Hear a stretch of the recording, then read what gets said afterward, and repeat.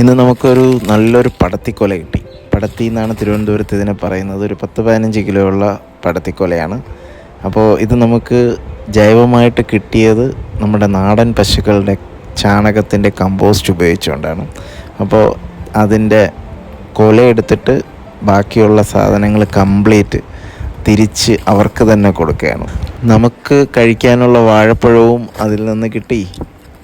അതിൻ്റെ waste complete ഒന്നും പാഴാക്കാതെ തിരിച്ച് അതുങ്ങൾക്ക് ആഹാരമായിട്ടും പോയി.